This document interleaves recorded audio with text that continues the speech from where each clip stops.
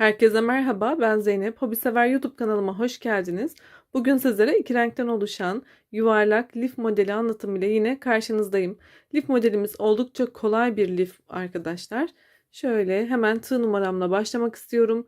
1,75 numara tığ kullanacağım. Elinizin alışkın olduğu tığlarla da rahatlıkla yapabilirsiniz. Yine ip olarak 2 tane ip kullanıyorum. Dilediğiniz markaları tercih edebilirsiniz. Şöyle ipimin renkli olanın kodunu göstermek istiyorum. Burada ipimiz çift katlı arkadaşlar. Yeni başlayanlar için özellikle göstermek istiyorum. Bu şekilde satılmakta. Evet, hemen modelimize de bakalım. Oldukça güzel ve kolay bir model. Ortadan başlanmakta ve daha sonra yuvarlak bir şekilde devam etmekte. Kenarlarını fırfır olarak yaptım. Oldukça kolay ve güzel. Yani hiç zorlanmadan yapabilirsiniz. Yeni başlayan arkadaşlarım için özellikle söylemek istiyorum. Daha öncesinde lif yapmadıysanız lif nasıl yapılır videomu da videomun bu sağ üst köşesine sizlere ekliyorum. Oradan öğrenebilir fıstık yapımını ve kuralları. Daha sonra benimle bu güzel modeli çalışırsınız. Arkası da bu şekilde. Oldukça kolay ve güzel bir çalışma. Dilerseniz şimdi sözü fazla uzatmadan hemen lif modelimizin anlatımına başlayalım. Bu arada ufak bir ricada da bulunmak istiyorum. YouTube kanalıma abone olun lütfen. Abone olmak ücretsiz. Destekleriniz ve güzel yorumlarınız bana çıkmış olduğum bu yolda cesaret vermekte. Şimdiden herkese teşekkür ediyorum. Videoya geçelim. Evet, bismillah diyelim ve başlayalım. Zincir yapalım arkadaşlar. Toplamda 6 tane zincir yapıyorum.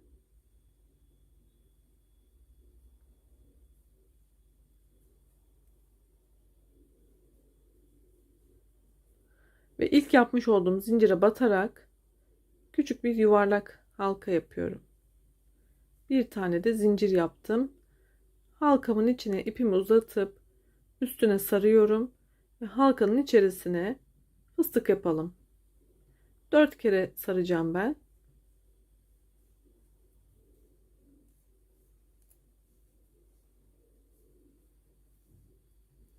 Dört kere sardıktan sonra hepsini tek seferde çıkartıyorum. Bir tane zincirle fıstığımı bitirdim. Şimdi diğerine geçerken arada 2 tane zincir yapıyorum. Üstüne aldım. Yine 4 kere sardım. Fıstığımı yapıyorum.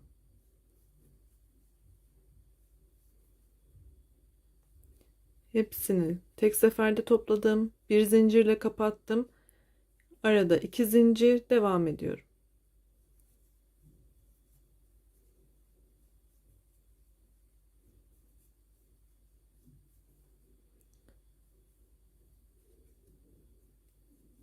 İki tane zincir.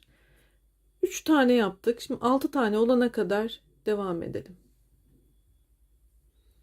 Evet, 6'yı tamamladım. Sayalım. 1, 2, 3, 4, 5, 6. 6 tane oldu. Şimdi burada 2 tane zincir yapıp ilk başta yapmış olduğumun tepesine, şöyle fıstığın tepesine bakın. Şöyle ekliyorum ve kaydırma yöntemiyle çıktım. Bir tane de zincirimi yaptım. 6 tane fıstığımız hazır. Şimdi yine aynı noktada ipimi uzatıyorum. İlk fıstığımın tepesine şöyle göstereyim bakın. İlk fıstığımın tepesine bir tane fıstık yapacağım.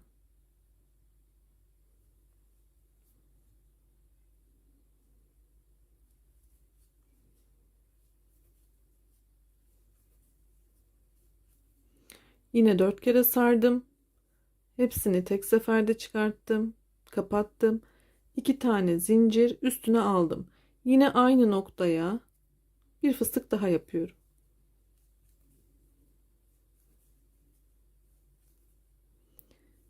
İkisini tek seferde çıkarttım, kapattım.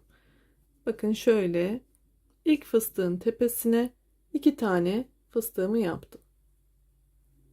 Şimdi bir diğerine geçeceğim. Buraya da 2 tane yapacağım. Arada geçişte 3 tane zincir. 1, 2, 3. Üstüne aldım ve yana devam ediyorum.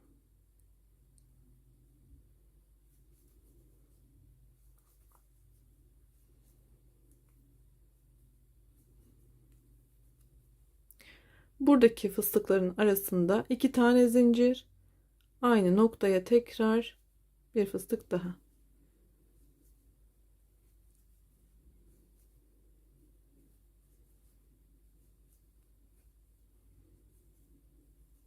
Kapattım.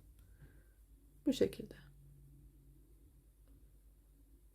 2'şer tane fıstık yapıyoruz.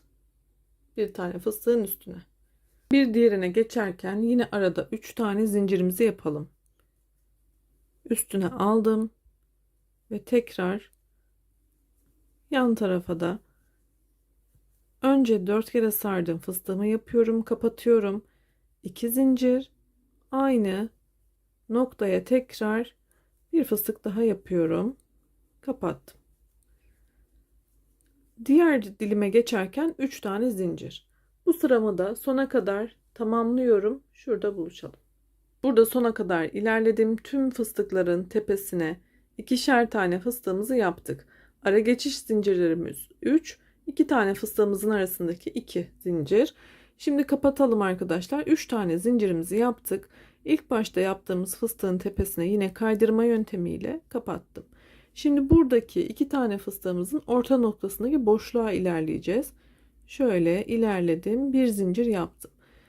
Burada bu boşluğa 3 tane fıstık yapalım. Bir tane yaptım, kapattım. 2 zincir üstüne aldım, yine aynı boşluğa bir fıstık daha yaptım, kapattım. 2 zincir yine aynı boşluğa üçüncü fıstığımı yapıyorum, kapattım. Şöyle tutacağım yine. Şimdi bir diğerine geçeceğiz. Buradaki boşluğumuza hemen devam edelim. Arada geçişte 3 zincir üstüne aldım. Yandaki boşluğa yine 3 tane fıstık yapıyorum.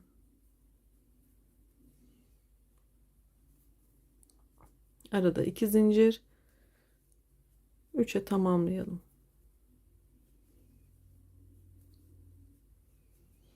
Daha önce fıstık ya da lif hakkında tecrübeli değilseniz, yeni başlayanlar için özellikle lif nasıl yapılır videolarım var arkadaşlar.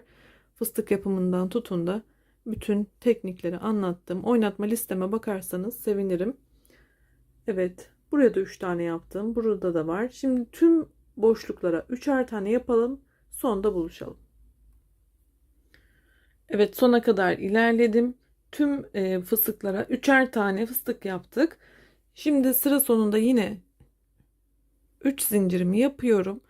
İlk baştaki fıstığın tepesine ilave yaptım ve orta boşluğa ilerledim. Bakın 3 taneydi fıstığım.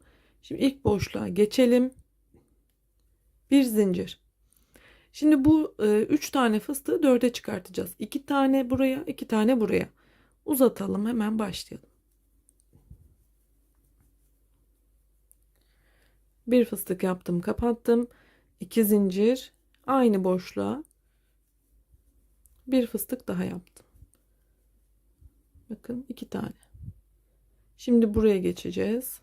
Arada 2 zincir üstüne aldım. Yandaki boşluğa 2 fıstık.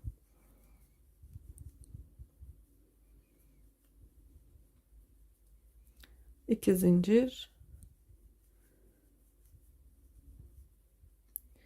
Kapat.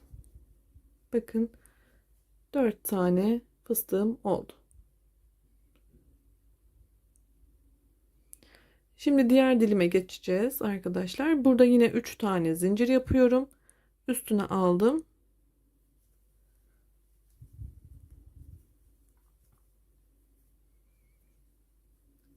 Aynı şekilde arada 2 zincir. 2 tane fıstığı aynı boşluğa yaptım. 2 zincir. Yana devam ediyorum. Hızlı yaptığımı düşünüyorsanız videonun sağ üst köşesinden yavaşlatarak izleyebilirsiniz arkadaşlar. Videom fazla uzun olmasın, sizleri sıkmamak için Aynı olan kısımları hızlı geçmek istiyorum. 3 tane zincir. Evet. Şimdi burada da sona kadar aynı devam edelim. Burada buluşalım. Evet, burada da sona kadar devam ettim. Sonda yine şimdi birlikte yapalım arkadaşlar. Bitirmek kısmında 3 tane zincirimizi yapıp ilk baştaki fıstığımızın tepesine kaydırıyoruz. Ekledim. Şimdi burada 2 tane zincir yapıp ipimi keseceğim. Diğer renge devam edeceğiz.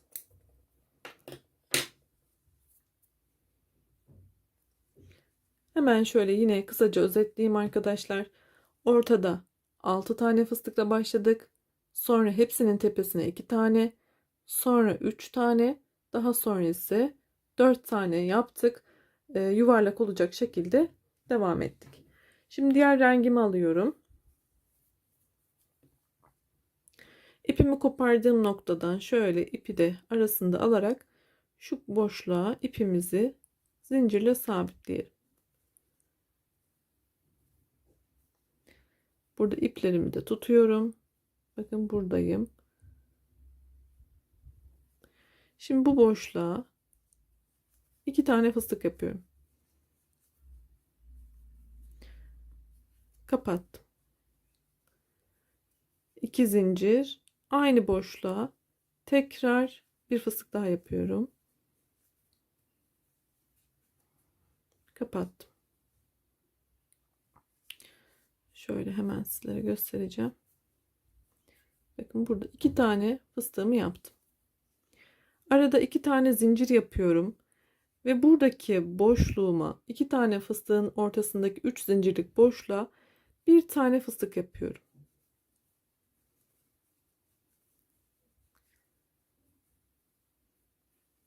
Kapattım. 2 zincir. Şimdi bu sol gruba geçiyorum. Buraya da 2 tane fıstığımı yaptım. Arada 2 zincir, aynı boşluğa tekrar bir fıstık daha.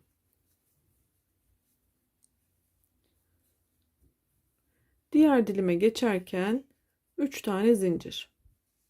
Şöyle göstereceğim arkadaşlar. Biz artırmayı hep burada yapacağız. Yani dilimlerimizin her sırasında artırma sıramız bizim burası.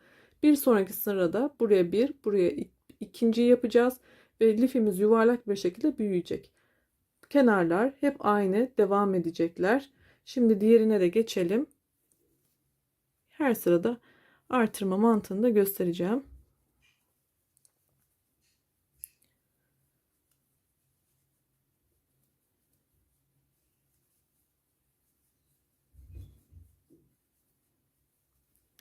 Kapattım. 2 zincir. Ara boşluğa tek olarak bir fıstık yapıyorum.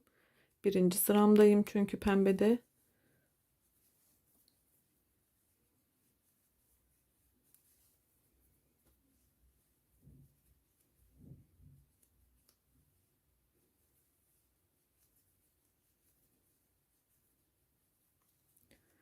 Diğer dilime geçerken 3 zincir. Evet, bu sırayı da bu şekilde tamamlayalım. Arada bir tane, kenarlarda ikişer tane fıstıkla şu noktada buluşalım. Evet, burada da sıramı tamamladım. Sona kadar devam ettim. 3 tane zincirimi yine ilk baştaki fıstığımın tepesine ekledim. Bu ara boşluğa geçiyorum. Bir tane zincir yaptım ve burayı bitirdim. Bir üst sıraya çıktım. Şimdi artırma yapacağız. Hemen başlayalım.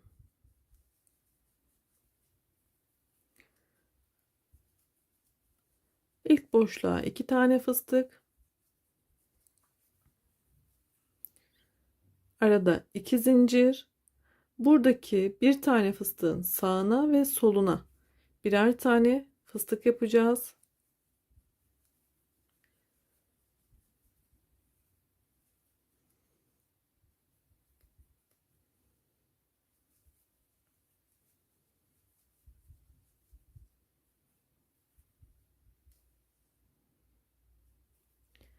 İki zincir. Şimdi sol tarafa geçtim. Burada 2 tane fıstık yapıyorum arkadaşlar. Kenarlar aynı. Sadece ortalardaki tek sayılar artacak.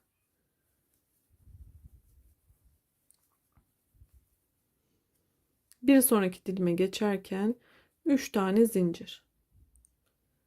Bakın bu şekilde.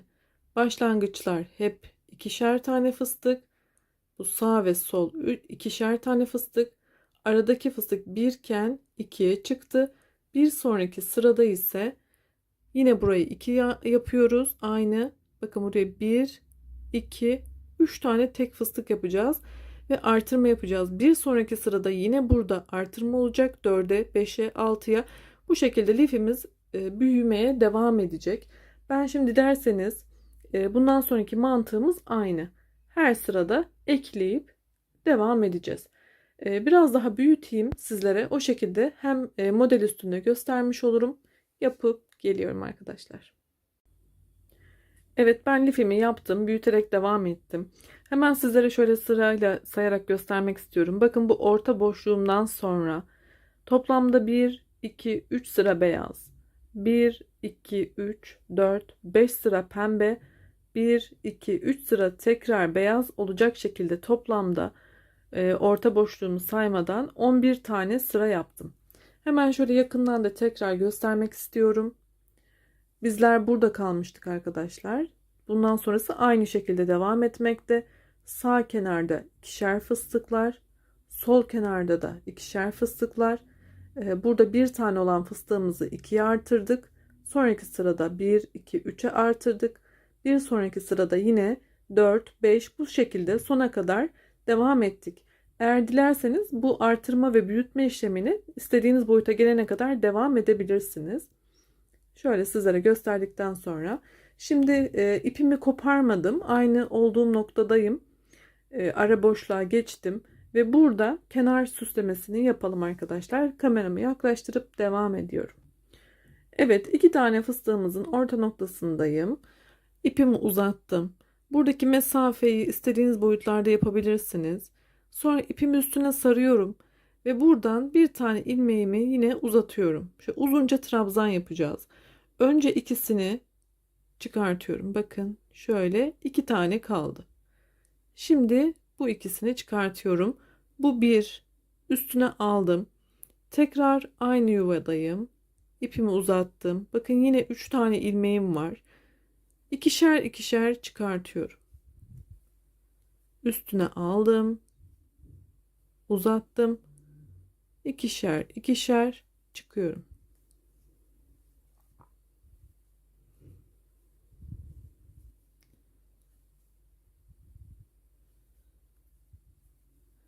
Aynı yuvaya 7 tane böyle uzunca trabzan yapacağım arkadaşlar. Bakın önce ikisini, sonra diğer ikisini. Toplamda buraya 7 tane trabzan yaptım ama uzun uzun. Böyle fırfır olacak çünkü süsleyeceğiz lifimizi. Şimdi bir sonraki araya geçiyorum. Bakın buraya. Aynısını buraya yapacağım. Yine 7 tane ikili trabzan.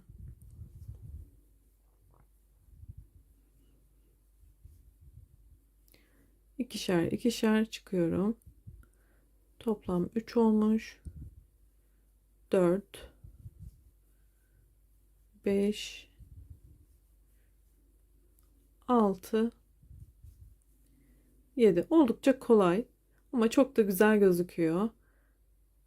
Şimdi buraya devam ediyorum. Bir sonrakine. Tüm aralara aynı işlemi yapacağız.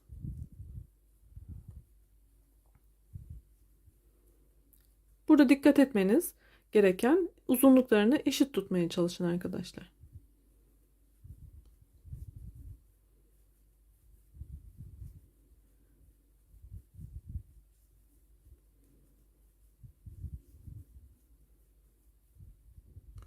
Kıvrılmaya başladı.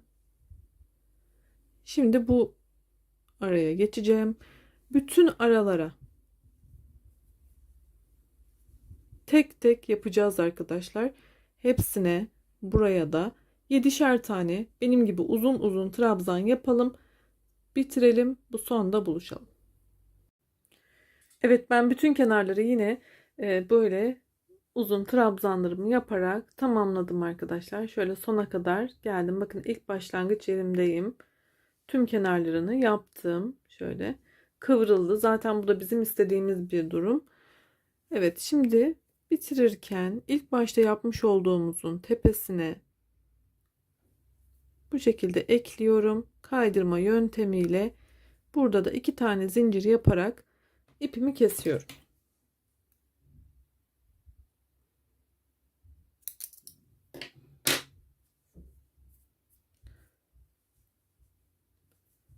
Şimdi diğer rengimi alıyorum.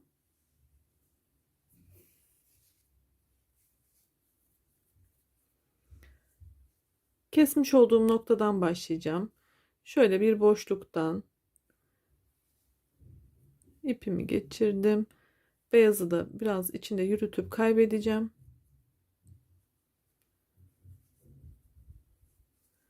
Burada bir tane zincir atıyorum. Şöyle sağlamlaştırayım arkadaşlar. Evet. Şimdi yapacağımız işlem sık iğne. Tüm trabzanların tepesine sık iğne yapıyorum. Bakın. Bu şekilde. Burada her 2 tane ilmeği de alarak şöyle ayarlayayım önce ipimi. Bakın her ikisini de alıyorum. Sık iğne. Hepsinin tepesine birer tane sık iğne yaparak devam edeceğim. Sona kadar sık iğne yapalım. Yine burada ekleyeceğiz. Evet, ben lifimin bütün kenarlarını pembeyle tekrar sık iğne dönerek tamamladım. Şöyle sizlere büyüklüğünü de göstermek istiyorum. Gayet ideal bir boyutta. Tabi dilerseniz daha da büyük yapabilirsiniz sizler. Şöyle yakından da tekrar bakalım. Umarım beğenmişsinizdir. Beğendiyseniz yorum yapmayı, videoma beğeni yapmayı unutmayın lütfen. Yine YouTube kanalıma abone olun. Abone olmak ücretsiz. Sağlıkla kalın, hoşça kalın.